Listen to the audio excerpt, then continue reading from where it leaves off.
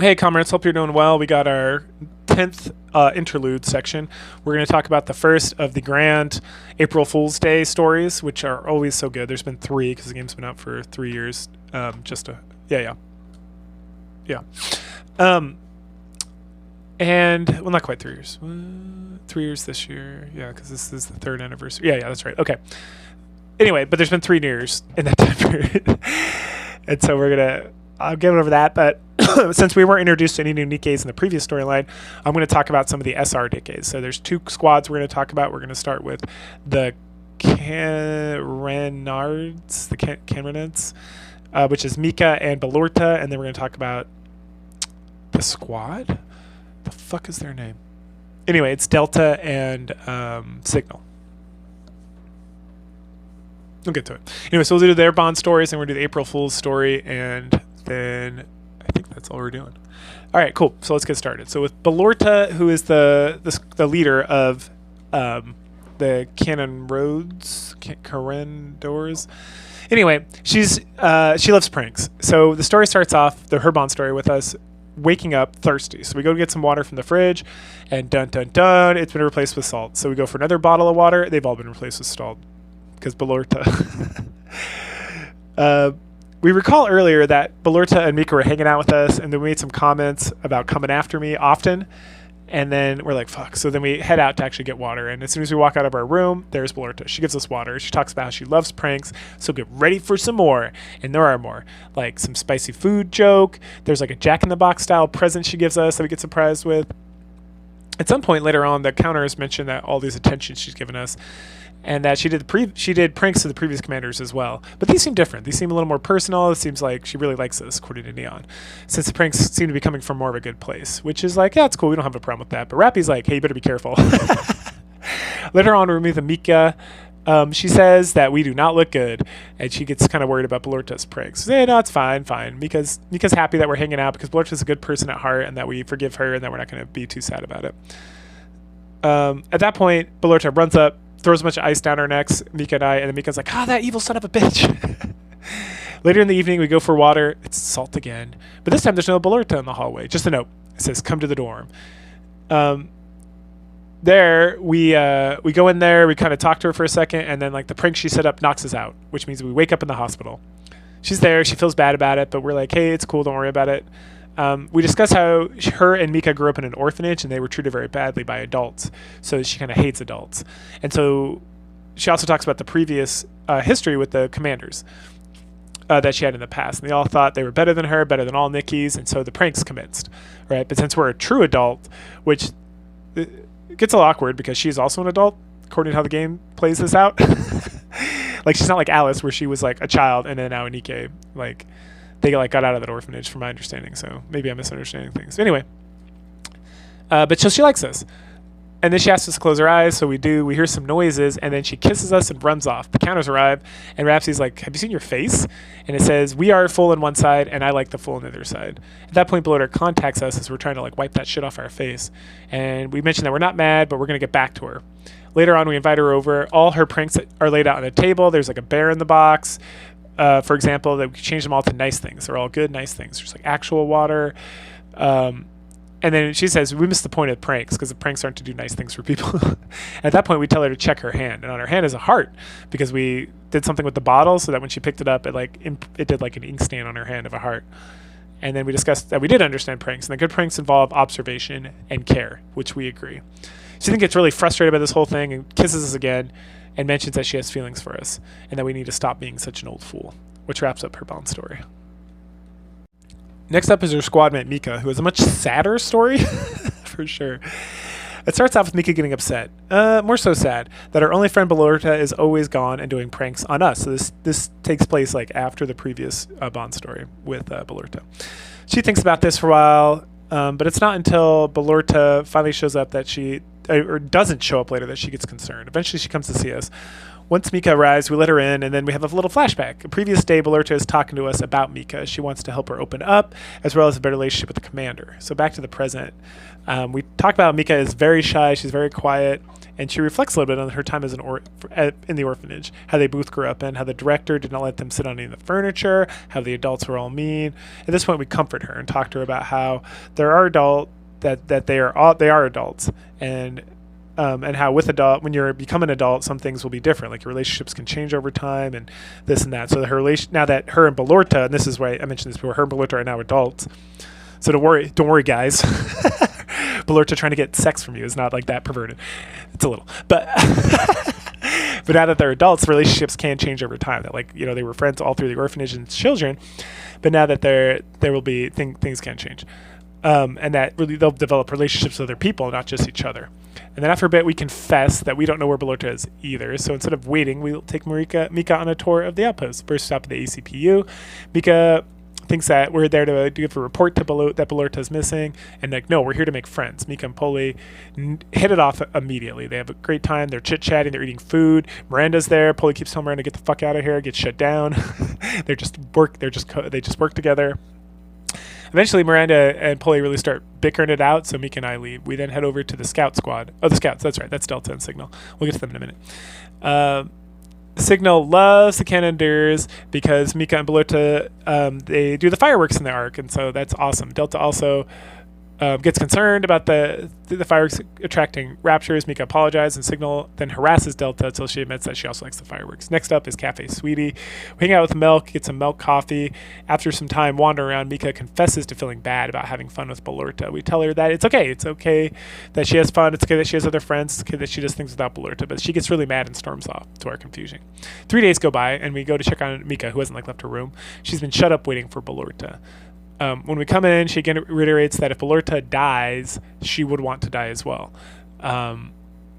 We recall that Balerta was telling us something about this before she disappeared, and that Balerta has tried to talk Mika in the past about accepting life afterwards, because they go to the surface, they fight raptures, there's a chance she could die. Mika needs to learn how to live for herself and have other things besides Balerta to keep her living. But Mika's like, I absolutely refuse, insisting that if Balerta dies, she will kill herself. We then learned some more about the orphanage, learned that they were physically abused, not only by the director, but by other orphans, and the whole thing just sounds like a complete nightmare. We then confessed that earlier that day, Balerta came to us. She said that Mika needs space to grow more confident, to overcome her tragic past, and we encourage her as well. And then we state, we will be Mika's second friend. And when she is ready to have more friends to move on, that she is strong enough and that we can help her. And it's all really fucking good stuff. She agrees, and we tell her that we'll go at her pace. And at some juncture, Balerta finally returns, and then Mika and Balerta discuss what happened about us being friends. Balerta's like, I want you to have all the friends in the world. About Polly being your friend, Balerta loves that as well. And then a little bit later, Mika's like, I made some sweet potato splendid for Polly because she loves it, and they had a conversation about that earlier, and she's going to take it over there. And then Balerta's like, have fun with that, but then Mika's like, no, I want you to come, not because I need you there, because you're my friend, and I want you to meet my other friend. And Balerta's like, okay, I'll go then. And then as we watch them go, we ponder about how close they are. And at some point, Balerta comments on us being good friends with Mika as well. She's really glad we helped her open up, and that she promises to prank us as a reward before leaving. Mika gives us a kiss on the cheek before they head off, ending Mika's Bond story. All right, now moving on to the Scout Squad. This is another SR squad that doesn't really play any role in the story, just in some of these events. So let's get to it. Delta, I don't think we've met in anything that I've discussed thus far, but we meet up with Delta at a cafe in the Ark. She's the leader of the scout squad, and their whole focus is obviously doing like reconnaissance, scout missions and whatnot. Delta is a reference to Delta Force. Her big issue she wants help with is she needs to act like a normal person and not like a soldier all the time. She has an issue. Signal's mentioned it as well. There's a mission that she's trying to work on right now where she's supposed to go undercover, but she's really struggling on being able to not just be seen. Everyone's like, oh, she's a soldier, yada, yada, yada. So we take her to the movies. At some point, she pulls out a gun. We're like, whoa, whoa, whoa, do not bring that in here. We don't need to like light this place up. Stop having an overreaction. She hears like a scream coming from somewhere else. It's like someone working at a restaurant to burn their hand. It's like, okay, put that shit away. We're like, damn, this is going to be a lot of work. So we have an idea. We're going to take her to Ains for help. Ains tries and then gives up because it's impossible. Delta leaves saddened. And at some point, after she leaves, we decide to look into her background because knowledge is power. So at some point she was just like a regular girl, but there was a terrorist attack that killed her. She got real exploded up, and then she became a Nikke, and she was part of an ACPU sting to find the culprit. Because she stuck out so much, the sting failed, and she was kicked off the investigation team through ACPU. We go tell her we want to help. She refuses, but then we say that we have connections and that we can use some of her connections to help her. We then get the option to ask Novel, Milk, or Polly if they want to help us get information for Delta's thing. And so I chose Novel because she's the hottest. Duh. So Milk's too much of a tomboy, and Polly is Polly. She's grateful, and she agrees that we can be the brains of the operation and that Delta can be the operator. So Novel finds out the information we need. That this person has a building near this park, so we go stake out this park. And because Delta's just, we have to like work within her constraints, we pretend to be like military enthusiasts. So we dress up too, and we're doing like a photo shoot, like an Instagram story or whatever. Eventually we see our guy. Delta and I get into the building. She beats the shit out of everybody, interrogates the guy, and we find out that he was compelled to do the bombing because someone else kidnapped his family and threatened to kill them if he did not do that, and that this person's in the outer room. Delta again's about to give up because we can't go to the outer room with the guide, but so we're like, hey, we know somebody, and so we call Crow. Crow, if you remember, is the leader of Exotic, who kind of hangs out in the outer rim, making sure things are okay. We call Crow. She's like, sure, I'll help as long as I get something in return. Wink, wink. And we're like, oh, Crow. Things go so poorly for you later on. Delta's again amazed by our connections, but Crow does help us out as long as we get sex later. There's an old man who's using these terrorist attacks to collect bodies or collect the chips from people's bodies so that they can sell them in the outer rim. We then go undercover to get more information. Apparently this guy's hooked up, hanging out in some old bunker of sorts, this very dangerous place. And then he's also planning on destroying Exotic. Crow's super excited that our goals align and that. She's like, yes, you're going to take care of this guy. It's going to be great for us. Everything wins. And Delta is like ready for her revenge. And so she's super confident in her ability to sneak in and get results, which she does. She sneaks in, she takes out securities, takes out this. She beats the shit out of the thugs. She interrogates everyone. They confess. She takes justice into her own hand, with our permission, of course, which means what? I don't know. But later, we're watching a broadcast. The kingpin of this whole operation was to capture it and deliver it to ACPU. Ink's the AI who runs the ARC, gave him 382 Orsor years in the rehabilitation center, which we'll get to that at some point, I'm sure. We compliment Delta on a job well done. She can now get back to her normal life, watching K-dramas with Signal to learn how to act normal. Oh, no. We talk about this a little bit. She then asked us to come over for some instant noodles. Wah, wah. Which, for those of you who are not familiar with Korean culture and Korean dramas, when a girl invites a man over for instant noodles, it is the equivalent of Netflix and chill. So it means you want to fuck. But Delta doesn't know that because she's not keyed into the culture of Korean dramas that they watch in the ARC. And in fact, she's mostly been watching military dramas. So we're like, and she's like, what? Ramen noodles or instant noodles are the best. So like, okay. So instead of, Netflix or instant noodles and chill, she wants to fight us. So we're going to practice fight with her, and she's going to beat the shit out of us because she's a Nikke who's an expert at hand-to-hand combat, unlike Milk, who is not an expert. And that's how she shows the love for us, which wraps up her Bond story. All right, the last Bond story of the day is Signal's Bond story. Signal's the other member of the Scout Squad. She's hanging out with Emma watching romantic dramas. They're talking about love. Signal doesn't get it. But then Emma tries to explain like kissing and all this stuff. It's like a signal of love, which she gets because it's signal as in. So in the United States Army and several other sources, when you're talking about the communications like IT, radios, all that stuff, it's called a signal. So like in the Army, it's the signal corps is in charge of like all the it's all the communication, all the radios. There used to be flags. That's why the signal, right? The internet, anything that has to do with like communications or IT or cybersecurity falls under the signal core. That's why it's just called signal. And also signal as in you're signaling something, right? All right, so next day, Signal is getting a drink. It's the wrong drink, but she's really shy. She doesn't know if she actually do it. She's seen in Korean dramas that she watches that if she goes and switches the drink out, it could lead to like a love affair or something. And so we see her like really struggling. So we go up and we give her like really bad advice. So she goes and gets a fight with the person, but eventually gets the right drink. And at that point, she starts having feelings for us. Later on, she's daydreaming, which has been happening a lot. So much so that Delta comments on it and then Signal like runs off. After that, we show up. Delta thinks that we're the problem and that we need to go fix the problem. So we head to Signal's room. We hear her talking to herself, and then we just kind of like knock, knock, knock, doesn't answer, so we come in. She's watching more Korean dramas about Nikke, who's fallen in love with her commander. And then she realizes we're there. We talk about the show for a bit. We watch with her a bit. And then we talk about what a crush is and what it means to have a crush and having a crush. And that it's okay if you have a crush on someone to tell them about your crush. Because we tell her the best thing to do is, if a girl has a crush, to be direct. And she's like, I totally agree, but then does nothing. The next day, we hear Signal is hanging outside her room. She, again, is talking to herself, so we invite her in. She's just about to confess her feelings, but then we get a series of emergencies. Neon needs something with firepower, Ions with carbonated water, Emma has muffins. After solving all these problems, Signal is again about ready, psychs herself back up to tell us how she feels, but then Rappy comes in, there's raptures in the elevator, we gotta go. So we promise Signal will come find her later. Later on, the counters and Delta notice that Signal is all mopey, and they figure out why. It's because we take care of all the Nikkes equally. We care for all of them. And I's like, that's great, I don't see the problem with that. But Signal leaves unsatisfied because she wants to get the sex. Later, Signal is stressed about how we can be close to so many Nikkes, but just like the girl in the Korean drama, she's nervous, and we've already set up a date with her the next day. During the date, we discussed a little bit about the situation. She has a very similar mishap to the drink situation where she gets the wrong drink from before, and then we comfort her, but then she runs off. And she's very embarrassed, and she's sorry to make things so awkward.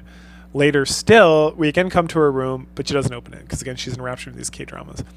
And apparently, the Nikke in the story got rejected because she was obsessed. She was not actually in love. And so then the commander actually fell in love with the other Nikke, who was her friend.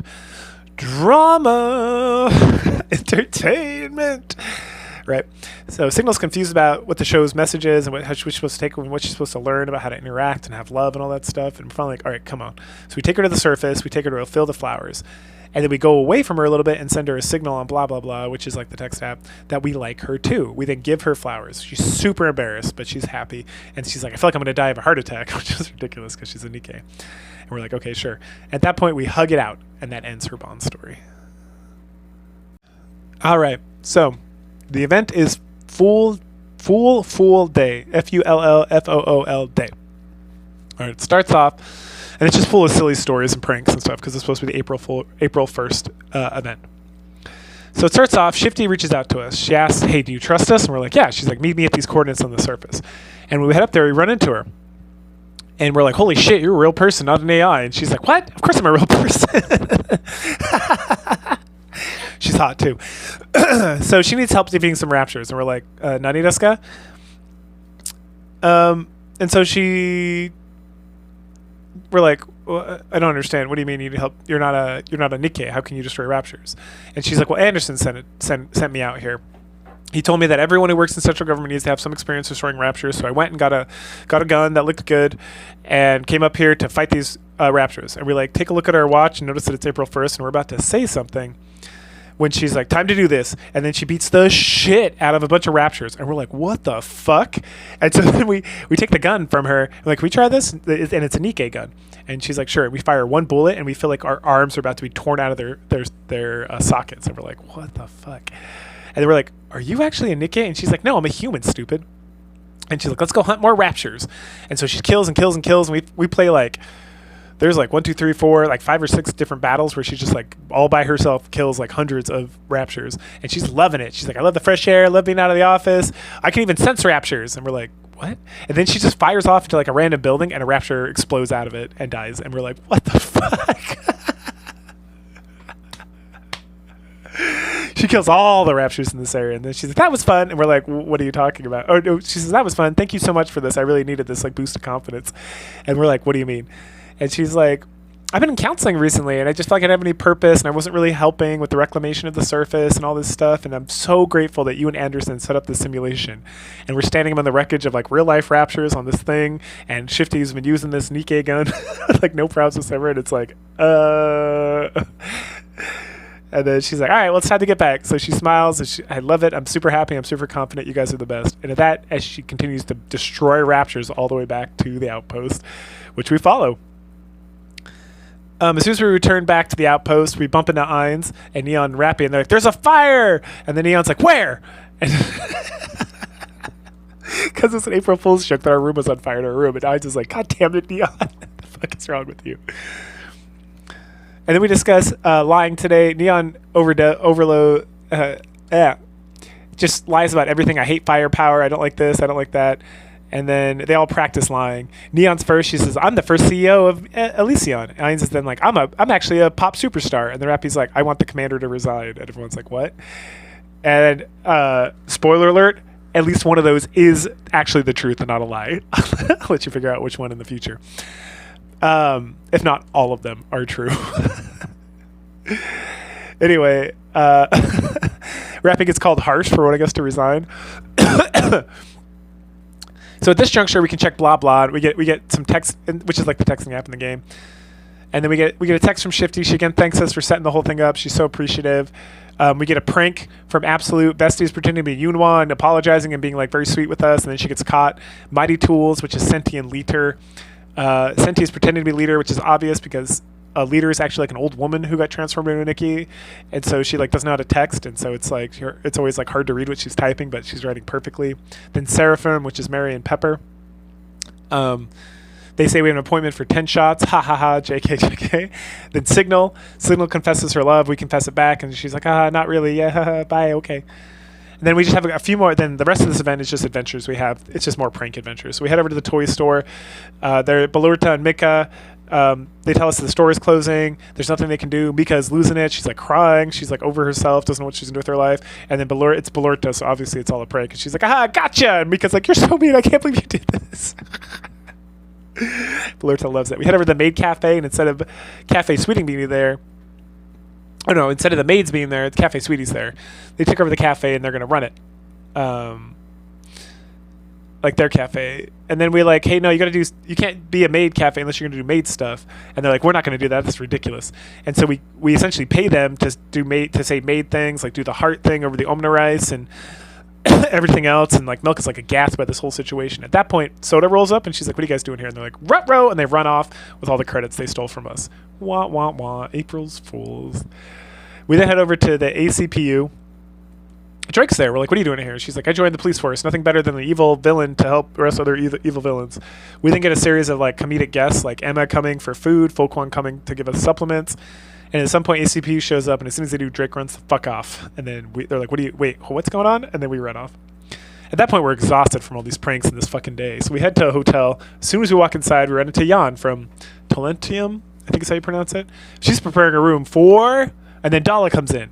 She says, no, I'm first. And then Ruby comes in. And she's like, we're all going to do it together. And we're like, together? All right, let's do it. And then we find out they're talking about room service. Wah, wah, wah. And then Jan's like, wait, did you think we were talking about something else?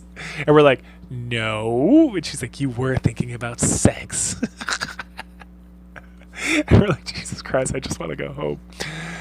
So we head back. And as soon as we get in, it's like there's someone showering in our room. And we're like, wah, wah. Bound chicka wow wow, but it ends up being shirtless Anderson, and he's ripped. And we're like, why are you here? And he's like, I don't know, I got a meeting, I gotta go. And then he leaves, and we're like, what the fuck? At that point, we collapse into the bed, and we start to pass out. But we get awoken, because there's a lot of moving, and we're getting squished by the counters, and they're all in sexy pajamas. Neon has the sexiest pajamas of all.